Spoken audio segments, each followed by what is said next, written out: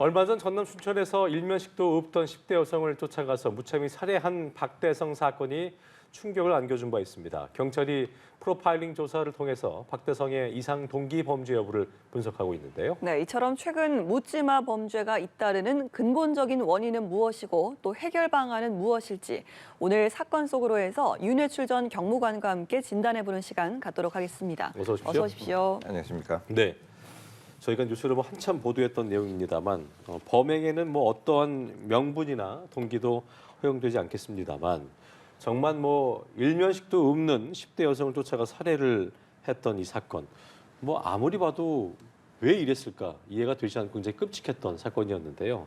경무관님께서도 수많은 강력 사건을 만나 오셨을 것이기 때문에 이번 사건 어떻게 좀 보셨는지부터 좀 들어보겠습니다. 이 묻지마 살해범 박대성 같이 자기와 전혀 관련이 없는 10대를 쫓아가서 잔혹하게 살해를 했는데 이런 범죄를 저지르는 이상 동기 범죄자들의 공통된 특징이 뭐냐면 예. 타인의 고통이나 이 타인의 감정, 타인의 평가에 철저하게 무관심합니다. 자기 극도로 자기 이기주의적인 어떤 그런 감정에 몰입을 해가지고 자기의 욕구 실현에 초집중을 하는 것이죠.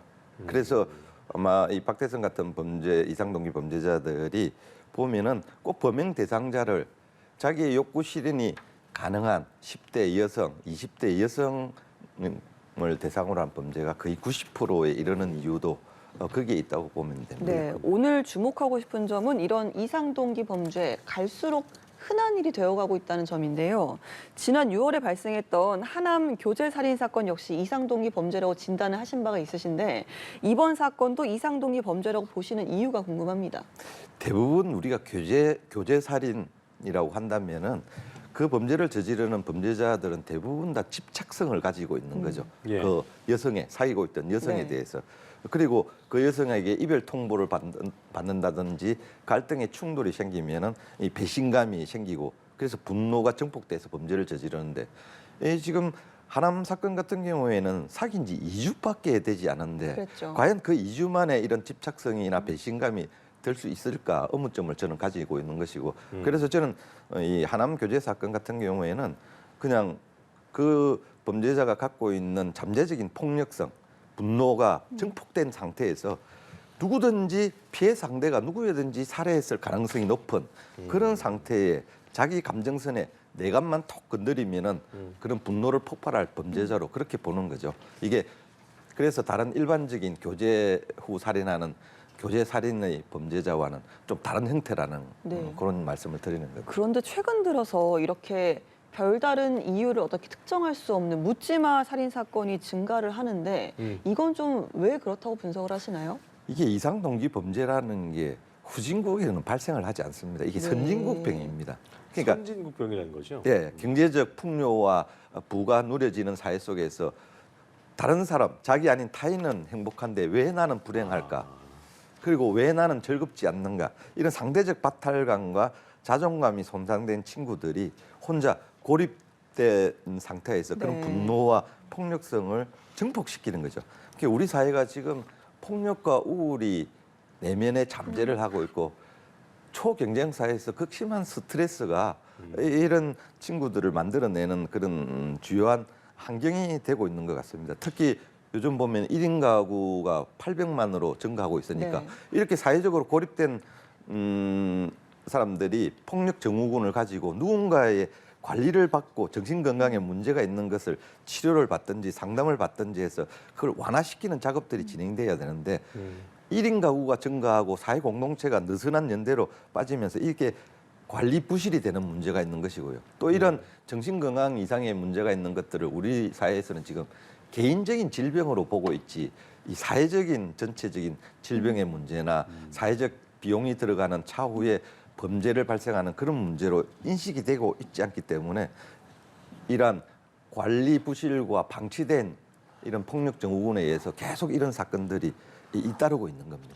어쨌든 뭐 개별적인 사건마다도 이유가 있겠습니다만 말씀하신 것처럼 크게 보면 또 장기적으로 보면 사회적 구조, 사회적 환경을 바꿔야 되는 것이 이유일 테, 좀 필요한 부분일 텐데 어쨌든 지금 상황에서 중요한 것은 아까 말씀하셨던 것처럼 하남 교제 살인 사건도 그렇고 순천 묻지마 범죄도 그렇고 폭력성이 그야말로 목구멍까지 차오른 이 사람들을 미리 이 잠재적인 위험 인물들을 미리 찾아내는 게 그리고 사전에 막는 게 중요하잖아요. 네. 그런데 보면 순천 사건의 경우에는 범행 30분 전에 경찰이 신고받고 출동했잖아요. 그럼에도 불구하고 범죄는 막지 못했다는 거죠. 물론 뭐 그것도 그 출동의 이유가 다르긴 했습니다만 원인 뭐라고 보셨어요? 이게 하나 결정적인 요소가 빠져 있는 거죠. 우리 경찰이 하고 있는 활동은 일반적인 범죄의 예방과 범죄가 진행되고 있는 것을 중단시키는 그리고 발생한 범죄를 단속하는 게 주 업무인데 사실상 이상 동기 범죄자를 저지르는 이런 정신건강에 이상이 있는 사람들은 일반적인 예방과 범죄 단속을 하는 경찰의 눈에는 그 문제점을 찾아낼 수가 없습니다. 네. 이런 박대성 사건도 형이 자살이 의심스럽다고 그러니까요. 하니까 경찰이 현장에 출동을 했고 그래서 보니까 지금 자살 시도를 하고 있지 않고 정상적인 상태로 자기 주거지에 있으니까 별 문제가 없다고 종결하는 그게 경찰의 수준이고 이 상태에서 만약에 좀 더 심층 명담을 통해서 이 친구가 30분 후에 타인을 향해서 폭력성을 발휘할지 또 다른 자살을 시도할지의 진단은 전문가가 꾸준한 멘토링을 통해서 전문가가 해줘야 되고 꾸준한 멘토링이 불가하다면은 이런 현장에 전문가가 같이 가서 경찰이 요청하면 가서 상담 후에 이 친구는 이 시간 이후에 이런 폭력성이 발현될 소지가 있다. 자살을 다시 재차 시도할 소지가 있다라는 것들은 전문가의 진단에 맡겨지는 시스템이 돼야 되는데 우리 사회에 그런 전문가 시스템이 아직 자리를 못 잡고 있는 거죠. 전문가가 동행을 했었다면 가능하죠. 가능했을까요? 확률이 높은 거죠. 네. 알겠습니다. 네, 일단 말씀하신 것처럼 미국 같은 경우는 신고 내용에 따라서 전신 상담 전문가 등이 현장에 동행 출동하는 그런 경우도 많다고 하는데 이거를 우리한테 좀 도입을 할 수 있는 그런 방법은 또 못 찾을까요? 일단 전문가들이 양성이 되고 그러한 전문가들이 우리 24시간 언제든지 이용할 수 있는 곳에 배치가 돼 있어야만 경찰이든 일반 지자체든 우리 시민사회에서 그 사람들의 조언이나 멘토링이 필요할 때 이용을 할 수 있는데 지금 우리 사회에 그만큼 충분한 전문가가 양성이 돼 있지 않는 게 네, 문제죠. 네. 미국 같은 사회에 제가 대사관에 근무할 때 보면은 자살 시도하는 현장, 가정폭력 현장에 경찰이 출동해서 자기가 판단을 할 수 없으면은 그 이후에 이 폭력 증후군이 어떻게 발현될지가 판단이 예, 네. 안 되지면은 거기에 24시간 언제든지 전문가의 도움을 받을 수 있는 시스템이 돼서 전문가를 현장에 출동시킵니다. 그래서 그 전문가가 이 가정폭력을 일으킨 사람과 자살 시도를 했던 사람을 심층 면담을 통해서 네. 그 대처 방안을 이 경찰한테 제시를 하는 거죠. 네, 사실 많은 이상 동기 범죄들은 굉장히 좀 갑작스럽게 욱해서 벌어지는 경우들이 굉장히 많은데 아까 말씀하신 순천처럼 순천 묻지마 범죄처럼 범행 전에 신고가 되는 경우는 정말 극히 드문 걸로 극히 알고 드물죠. 있거든요. 네. 그렇다면 사전에 이렇게 신고가 이루어지지 않더라도 잠재적으로 위험 인물들을 선제적으로 좀 알아볼 수 있는 그런 방법은 없겠습니까? 이게 우리 사회에 지금 보면은 가정이든 학교든 우리 공동체 사회 속에서 이러한 잠재적 폭력 증후군을 가진 사람들을 관리하고 체계적으로 치료를 하는 그런 시스템이 구비가 돼 있어야 되는데 지금 우리는 그런 시스템이 전혀 안 되고 있는 거죠. 네. 그래서 정신건강에 이상이 있는 사람들이 이게 충분한 사건들을 통해서 범죄 시그널을 보내고 있는데도 예. 우리 사회에서는 이 범죄가 발생한 후에 우리 사회 전체가 지불해야 될 사회 비용이 엄청나게 큰데도 지금 평범한 일상을 뒤흔드는 사건이 발생하고 있는데도 이러한 잠재적인 어떤 폭력 증후군을 가진 사람들이 범죄로 행해지는 이런 것들을 사전에 찾아서 관리하고 꾸준한 상담과 약물 치료를 제시할 수 있는 그런 시스템이 아주 선진국에 비해서는 미약하기 때문에 네. 이런 범죄들이 계속 일어난다고 보시면 됩니다. 이런 분들을 구분하는 것도 사실 뭐 인권을 포함해서 여러 가지 문제를 또 불러일으킬 수도 있겠다라는 생각이 드는 것 같습니다. 경무관님 같은 경우는 처음으로 프로파일링 제도를 도입하신 분으로 알고 있는데요. 그 이유가 바로 이런 범죄들이 심각해질 것이라고 예측을 했기 때문이라고 알고 있습니다. 이런 이상 동기 범죄에 대한 지금과 같은 대책 마련을 촉구하시는 것도 이미 좀 위험 수준에 달했기 때문이다 이렇게 보시는 걸까요? 그렇죠. 제가 프로파일링 시스템을 도입한 게 저희 사회에도 그 2000년대 이후에 이런 무차별적인 묻지마 살인을 벌이는 연쇄 살인범이 도래할 그런 사회적 환경이 갖춰져 있다고 봤기 때문에 프로파일링 시스템을 도입을 했는데 지금 현재 보면은 각종 우리 사회에 이슈가 되고 있는 묻지마 살인, 묻지마 폭행을 저지르는 이 범죄를 통한 시그널을 보면은 우리 사회가 지금 2000년대에는 불우한 환경과 아동 학대 등 불우한 환경에 처해있던 친구들이 성장해서 연쇄살인범이 되는 네. 경우였다면 지금 같은 경우에는 경제적으로나 교육적으로 문제가 없는 곳에서 자라났던 친구들이 잠재적 스트레스를 통한 폭력 증후군을 가지고 똑같은 범죄를 묻지마 살인과 묻지마 폭행을 저지르는 이런 범죄자로 양성되고 있다는 겁니다. 이게 그대로 방치하면은 이게 우리 미래의 우리 사회가 부닥칠 위험들이 2000년대 제가 프로파일링을 도입할 때 느꼈던 그런 불안감과 이 불편함을 지금 느끼고 있기 때문에 계속 이 잠재적 정신건강 이상 징후를 가지는 이런 폭력 증후군에 대한 관리 이게 국가적으로 사회적으로 종합적으로 시스템이 갖춰져야 된다라고 지금 제가 주장을 하고 있는 겁니다. 그렇군요. 아까 이제 이상동기 범죄, 이 묻지마 범죄가 생긴 이유에 대해서 이게 선진국병이라는 표현을 쓰셨는데 예. 사실 그렇다게 된다면 우리보다도 더 나은 선진국들이 있기 때문에 우리의 나라에서만 이런 일이 비단 일어나는 건 아닐 테고요. 해외에서도 이런 이상 동기 범죄가 심각한 수준이라고 하는 것 같던데 해외 사례는 좀 어떻습니까? 많죠. 지금 뭐 미국이든 가까운 나라 중국이든 일본이든 이 사회의 이슈가 되는 그런 묻지마 폭행이나 묻지마 살인이 빈번하게 발생을 하고 그 있고요. 미국의 총기 난사도 그런 개념인 거죠. 그런 개념이죠. 예. 그런데 영국 같은 경우에는 이제 뭐 우리처럼 개인에 대한 폭행이나 살인이 아닌 그냥 사회 전체 무차별적인 다수를 상대로 한 사회적 테러가 발생을 하니까 이런 예. 사람들. 그래서 영국 같은 경우에는 거기에 대한 대처 방안을 심각하게 고민하고 연구를 하고 네. 대책 방안을 강구했던 거죠.